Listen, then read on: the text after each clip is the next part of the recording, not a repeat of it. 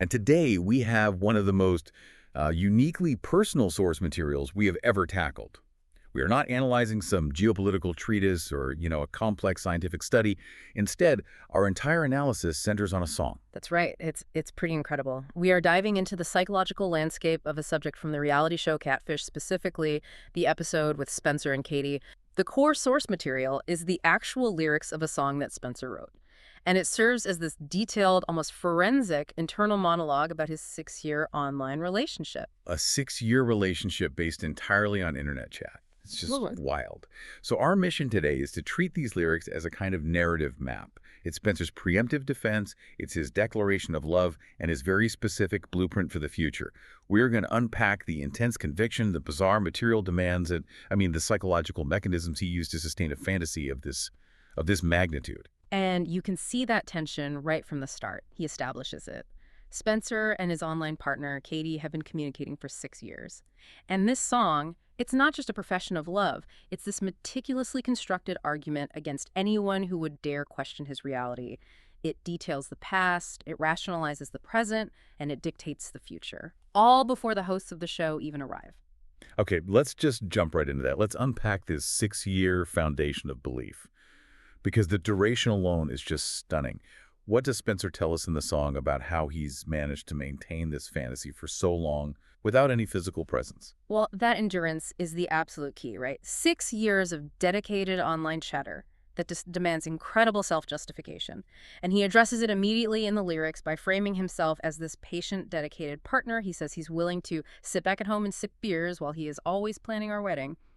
You see that. It's this image of domestic tranquility paired with this singular focus. He is waiting, but his waiting is productive, it's devoted. I see that. It's like he's trying to normalize a completely extreme situation. He's taking this highly abnormal romantic timeline, 6 years with no meeting, and he's placing it in this really mundane domestic setting. Just a guy sitting back, sipping beers. But then he has to give a concrete reason for the delay. He does, and the reason is crucial because it assigns a very high status to his partner. He attributes the lack of a physical meeting to her hectic schedule, which he admits has us both in a slump. Notice how the problem isn't their relationship. The problem is her celebrity status and this intense workload. It elevates the conflict. So it makes the relationship worth waiting for. Exactly. It implies he's dating someone so important they simply can't find time for him yet.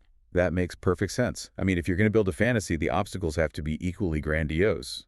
But Spencer's clearly aware that the external world, friends, family, maybe just common sense, is questioning him.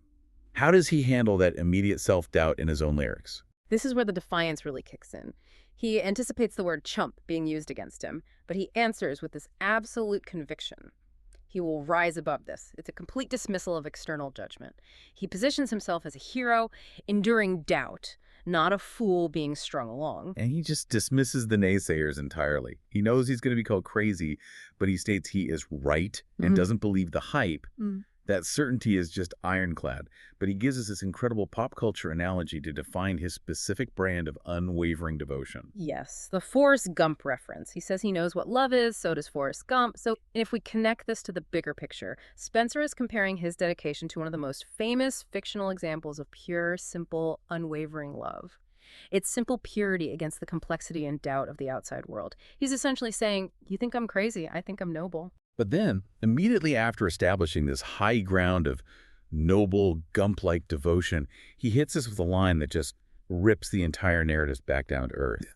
It grounds the fantasy in this very real physical frustration. He explicitly states they haven't yet had a good, loving hump. And what's fascinating here is that collision of high-minded commitment and raw physical honesty.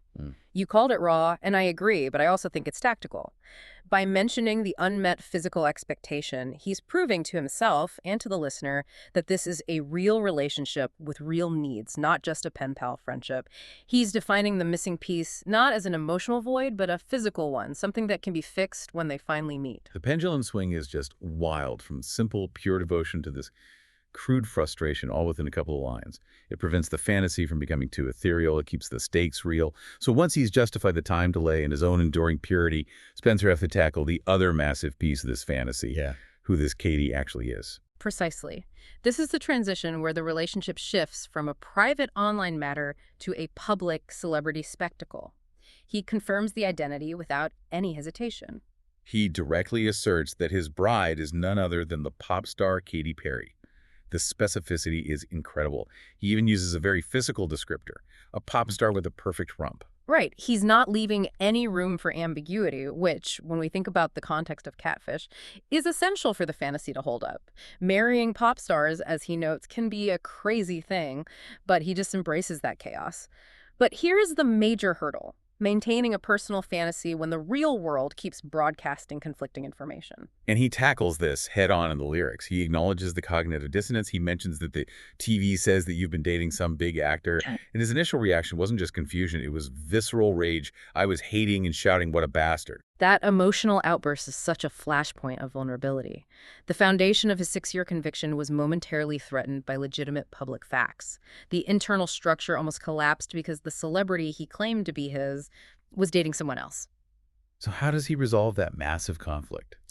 Because he resolves it instantly. He resolves it by immediately retreating into the exclusive bubble of their online connection. The defense mechanism just clicks right into place. Only you and I know that I'm your only perfect bachelor. Yeah. The external reality TV, actors, paparazzi, it's all dismissed as a lie or a distraction. Their digital agreement, the private chat, is the only truth that matters. The integrity of the relationship is maintained by rejecting all evidence to the contrary. Exactly. And if that digital agreement is the only truth, then the massive financial implications of marrying a global pop star must also be real. Spencer moves straight to the material payoff. He does, and this is where that pure, Gump-like love we talked about gets completely fused with extreme material expectation. He calls it a big relief that money will not be a factor, since my soon-to-be bride is a big pop star. It's an acknowledgement that the payoff for 6 years of waiting is guaranteed financial security. But it's not just a passive benefit. It becomes a direct demand for proof. He goes straight from the relief of financial security to a specific request from his global celebrity fiancé. I'd like for you to surprise me with some slick hot car. A specific slick hot car, not a general gift or a promise of a future down payment, but a specific luxury item he expects immediately as a surprise. That line, "I'd like for you to surprise me," is maybe the least romantic line of poetry ever written. It fundamentally connects the high status of the fiancé to tangible, high-value objects that serve as proof the fantasy is legitimate and financially viable. The material object validates the ephemeral relationship. That is the ultimate collision we keep seeing. 6 years of intangible chat leading to these incredibly concrete expectations. And that blending of the virtual and the tangible continues right into his wedding plans. Oh, the wedding planning is crucial. It shows the depth of Spencer's commitment and his projection.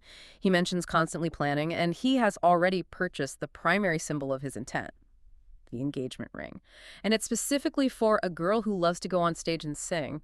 He's invested financially in the future, cementing his belief. But this is where the specific details become totally mind-boggling, weaving together the global celebrity fantasy with something incredibly local and almost agrarian.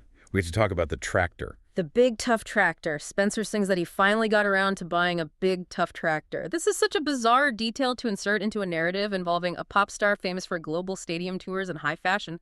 Why a tractor? The lyrics answer the why with another external delusional source. He bought it after a man told him, "This is what attracts her." So this is the foundation of his logic.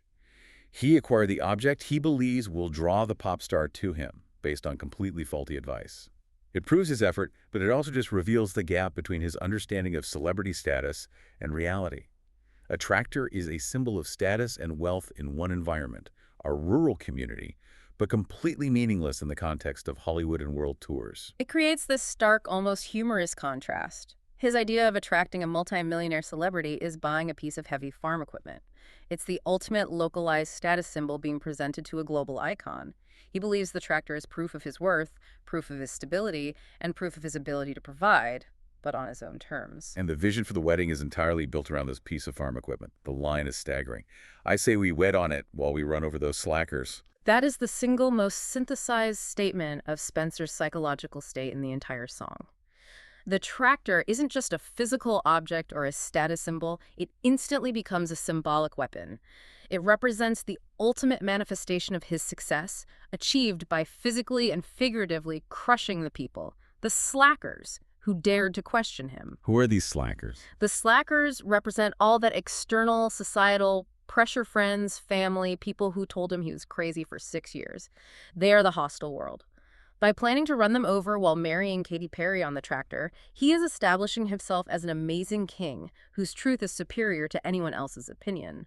The wedding becomes less about union and more about triumphant vindication. The intensity of his defensive language against those slackers who have the nerve to say I'm wrong as if what they think matters just shows the constant, incredible pressure he must have been under to keep the fantasy whole.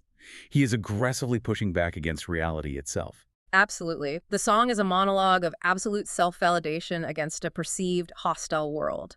He has to convince himself, as much as he intends to convince Katy and the reality show hosts, that his version of events is the official, recorded truth. Which brings us directly to the context of the reality show itself.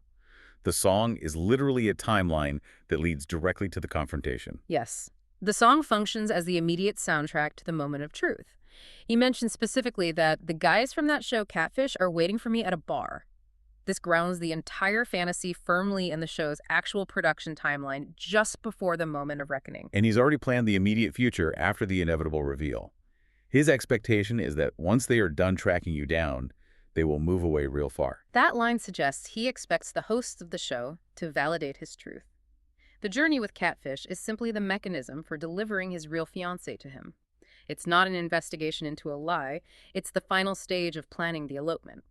By creating this detailed narrative, arc past conviction, present validation by TV, and future escape, he attempts to solidify the fantasy so that no matter who shows up, his lyrical conviction remains unshakable.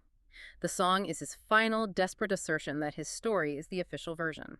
So when we step back and look at the total package, what does this source material really tell us about Spencer's 6-year fantasy? It tells us that this entire structure is founded on a stark collision of the deeply emotional and the extremely material.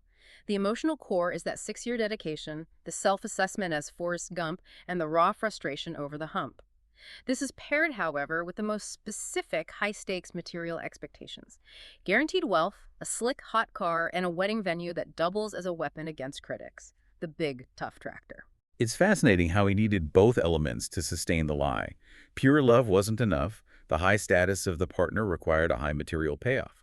The material objects, the car and the tractor, they become the only physical proof that his digital conviction was valid. The tangible goods function as trophies of conviction. If he has the ring and the tractor, and expects the car, he must be right. The scale is what makes it so striking. He dedicating 6 years of his life to pure online chatter, and the resulting value he assigned to that time was almost entirely status-driven, culminating in a ceremony of vindication upon agricultural machinery. That brings us to our final provocative thought for you to consider until next time. We've analyzed Spencer's lyrics, where a purely digital romantic conviction, 6 years of chat, is validated by the resulting expectation of immense material wealth and a wedding on a big, tough tractor. What does this source material ultimately tell us about the human need to assign objective, expensive, physical value to purely virtual emotional relationships in order to make them feel real? Think about that blending of the hypermaterial and the ephemeral.